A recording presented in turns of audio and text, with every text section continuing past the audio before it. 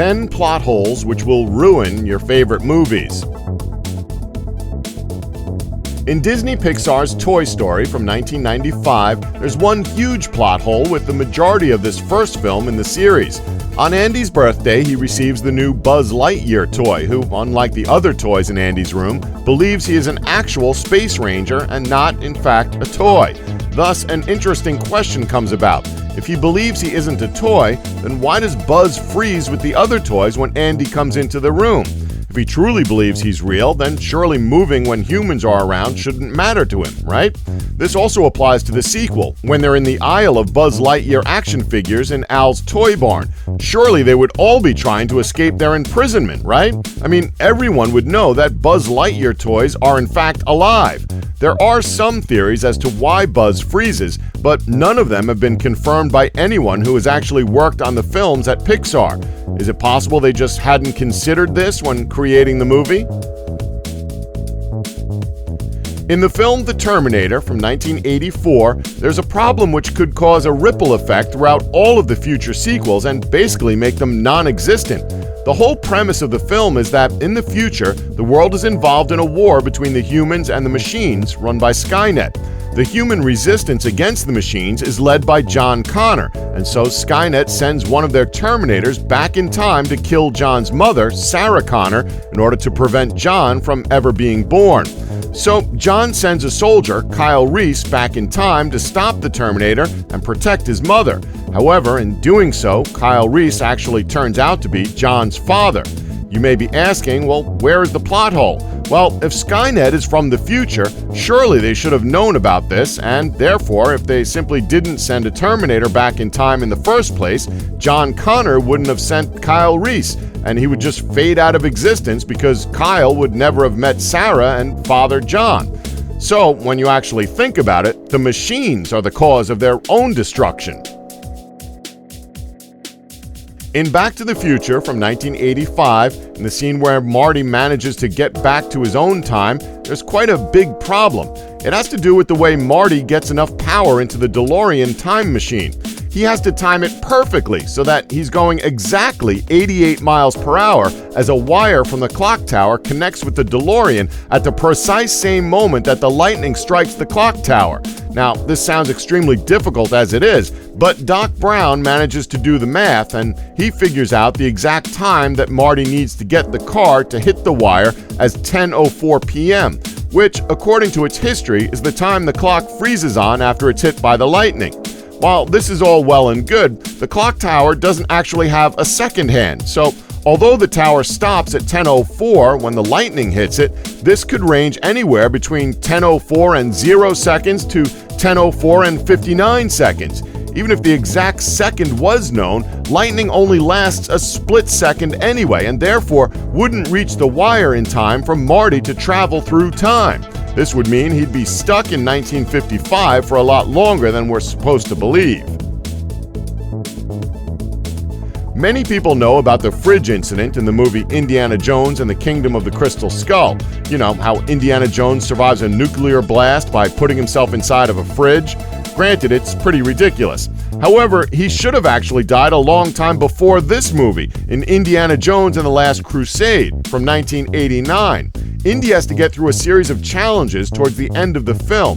One of them is to step on a series of letters to spell out God's name, Jehovah.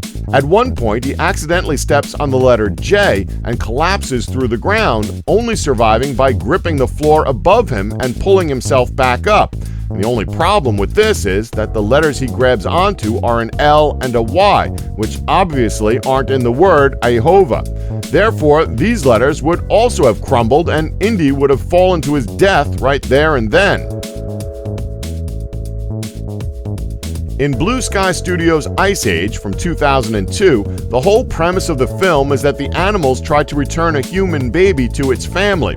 In one of the later scenes in the movie, the baby ends up going down an icy tunnel, and Manny, Sid, and Diego have to go after it. This isn't a massive plot hole, but it is big enough that it could ruin the movie for you. When the animals go down the tunnel after the baby, they go down on an icy sled. Eventually, along the tunnel, they get to a field of icicles, which are so sharp that the sled is shaved down to absolutely nothing before they get past. Now, think about this. If those icicles were that brutal against a sled, imagine what they would have done to the flesh of a baby without anything to protect it. The baby should definitely be dead at this point, and even if it did somehow manage to survive, it would have at least had some serious injuries. Yet no harm has been done when the baby is once again found.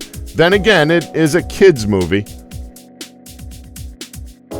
In Batman: The Dark Knight Rises from 2012, there's a point where Bruce Wayne has been exiled from Gotham City, sent into a prison in Jodhpur, Rajasthan, India. Fair enough that he manages to escape the prison, but here lies a huge problem with the film. How does he return to Gotham? Not only does he have absolutely no resources whatsoever, being completely bankrupt, but he has no way of contacting Alfred or anyone else from Gotham. He doesn't even have any identification or passports to get back to the United States. Even if he did get back to America, the entire city of Gotham is being guarded by Bane's thugs. Yet we're supposed to believe that he manages to get back within a couple of days and stop a bomb from destroying the city? We don't think the readers really thought this one through, because without Batman, Gotham would be in ashes. In the Lord of the Rings trilogy, Frodo Baggins is tasked with returning the ring to Mordor to destroy it. This long adventure lasts the entire span of 3 individual movies, each with extended editions for DVD. So obviously this journey is supposed to be huge. There is, however, a plot hole to all of this. Along this journey, there are eagles which take Frodo and his friends on some of the journey to avoid a certain danger. So the question is asked, why only take them a little of the way? Why not just pick up Frodo from his house and take him all the way to Mordor to just drop the ring into? It could have easily been done, and most of the journey would have become pointless. Frodo could have been back at home in much quicker time and put his huge feet up to relax for the rest of the day.